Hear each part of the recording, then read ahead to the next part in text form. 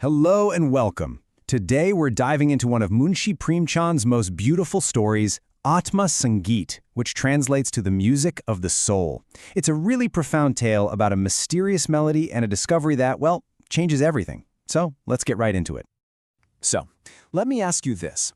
What if you heard a piece of music so beautiful, so absolutely captivating, that a queen would be willing to give up her entire kingdom, her wealth, her power, her very identity, just to get closer to it? What kind of music could possibly be worth that? Well, that's the mystery at the heart of our story today. All right, so picture this. It's the middle of the night, everything is still. We're on a quiet riverbank, and the silence is just absolute. And then, suddenly, a sound. But it's not just any sound.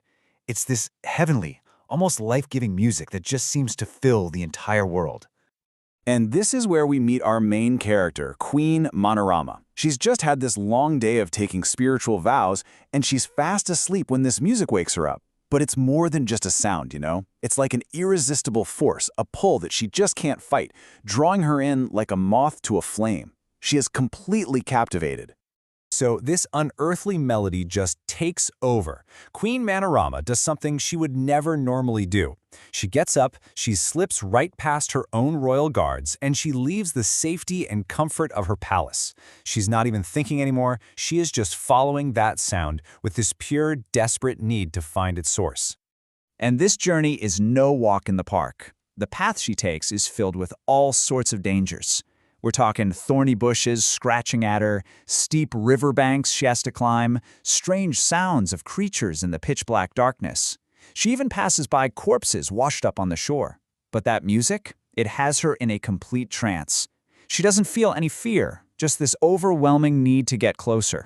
She finally reaches the edge of the river, and she can't go any further on her own. And that's when she spots him, a lone boatman. She runs to him, begging, pleading with him to take her across the river to where she thinks the music is coming from. And his response is where this story really takes a turn. So first, Manorama offers him her most prized possession, a necklace made of priceless, real pearls. But the boatman? He's completely unimpressed. He looks at it not as a gift, but as a burden. He tells her it would just bring him trouble, envy from his neighbors, thieves to his door. He just flat out refuses.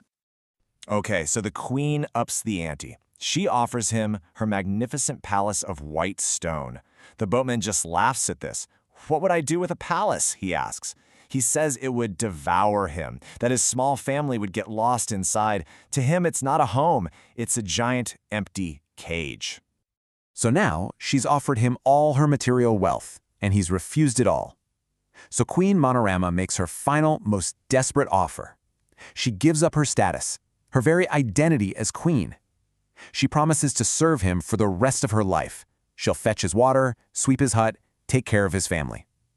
She offers herself, her own being, and still, the boatman says nothing.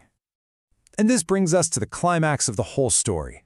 The queen is at her absolute breaking point. She has nothing left to give, nothing left to offer. And yet, right at this peak of desperation, the music seems closer and more powerful than it ever has before. With no wealth, no status, no pride left to her name, she completely and totally surrenders. She just falls at the boatman's feet, no longer a queen, but just a soul filled with this pure, desperate longing. She has let go of absolutely everything. In that exact moment of letting go, the music just washes over her. It feels like it's right there beside her, flowing from her. And that's when she realizes it was never coming from the other side of the river at all. That's right. The ecstatic, divine music, the very sound she chased through a dark and dangerous night, it begins to pour from her own lips. The same enchanting melody, the same perfect notes. She was the source.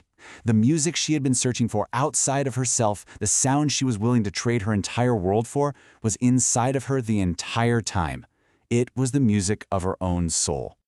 So what on earth does this all mean? Well, the story is this incredibly powerful metaphor, and the title, Aatm Sangeet, really holds the key. Let's break down what it's all about. Aatm Sangeet, literally, is the music of the soul. It represents that pure joy and fulfillment that already exists inside every single one of us. But just like the queen, we're often totally convinced that happiness is somewhere out there, in that next promotion, a bigger house, or getting more likes online. This story suggests we can only hear our own inner music when we finally stop chasing the echoes outside. The story really leaves us with some big takeaways. It suggests that true happiness isn't some destination we arrive at, but a state we find within ourselves. And all those things we chase, the queen's necklace or her palace, can actually become burdens, just like the wise boatman knew. They create so much noise that they drown out our own inner voice. The search for happiness, then, only really ends when we stop looking across the river and start listening to the music that's already playing inside. And that requires a kind of surrender, letting go of the ego that keeps telling us we need more to be whole. And that really brings us to the final question the story leaves us with, for ourselves. In our world, which is so incredibly full of noise and distractions, have you ever stopped to listen for your own Aatm Sangeet, for the music of your own soul? What do you think might happen if you did? If this story's search for that inner music resonated with you, maybe share it with someone who needs to hear it. And be sure to subscribe for more deep dives into timeless ideas like this one. Thanks so much for listening.